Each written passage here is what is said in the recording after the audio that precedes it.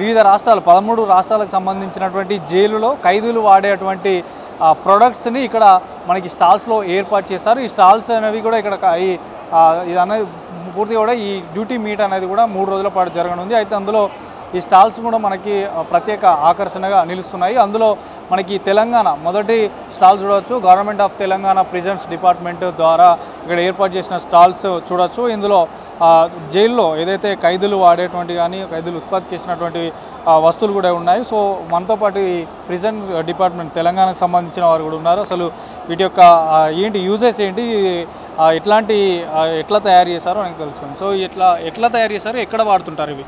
నమస్తే అండి, నా పేరు రామచంద్రయ్య, మాది మిత్రా ఫౌండేషన్. మేము తెలంగాణ ప్రిజనర్స్ డిపార్ట్మెంట్ వారి సహకారంతో చల్లపల్లి పిఎస్సిలో ఈ యొక్క తేనెటీగల పెంపకం అనే కార్యక్రమాన్ని ఎవరైతే ఖైదీలు ఉండి అక్కడ సత్ప్రవర్తన కలిగిన వాళ్ళు ఉంటారో వారికి ఇది నేర్పిస్తూ శిక్షణ పూర్తయిన తర్వాత డీజీ మేడం సౌమ్య మిశ్రా గారు వారికి సత్ప్రవర్తన ఉన్న వాళ్ళకి ఇది మంచి శిక్షణ నేర్పించి బయటికి వెళ్ళిన తర్వాత వాళ్ళు చేసుకోవాలనే ఉద్దేశంతో ఈ యొక్క కార్యక్రమాన్ని ప్రారంభించడం జరిగింది.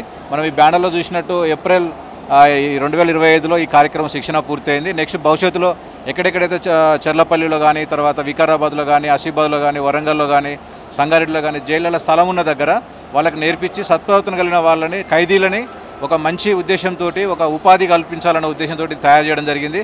మనం ఇక్కడ చూడవచ్చు, ఇది బాక్స్ అండి, సెరీనా మెరిపీరా వెరైటీకి సంబంధించిన బాక్సులు అవి. వీటి నుంచి మేము ఇట్లా రాహాని కలెక్ట్ చేస్తాము.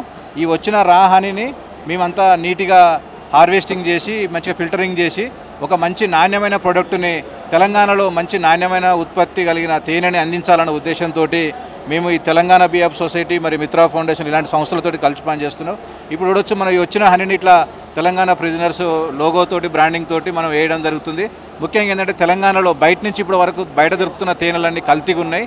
కాబట్టి మన స్టేట్లో నాణ్యమైన ఉత్పత్తి అంటే మంచి పాలినేషన్ అవుతుంది, రైతులకు ఉపయోగపడుతుంది. పాలినేషన్ వల్ల రైతులకు ఆదాయం పెరుగుతుంది, దాంతోపాటు నాణ్యమైన తేనె కూడా వస్తుంది, మంచి ఉపాధి దొరుకుతుంది, ప్రకృతికి కూడా మనం మేలు చేసిన వాళ్ళు అవుతున్న ఉద్దేశంతో మేము ఈ కార్యక్రమాన్ని చేపట్టడం జరిగింది. ఇక్కడ ఈరోజు పోలీస్ అకాడమీలో ఈరోజు స్టాల్స్ ఏర్పాటు చేయడం జరిగింది. ఇక్కడ జైలుకు సంబంధించిన డిపార్ట్మెంటు తెలంగాణ జైల్ ప్రొడక్ట్స్ అనే కార్యక్రమంలో భాగంగా ఇక్కడ మనం స్టాల్ ఏర్పాటు చేసినాం. ఈ స్టాల్ ప్రదర్శన జరుగుతుంది 3 రోజుల పాటు. Thank you.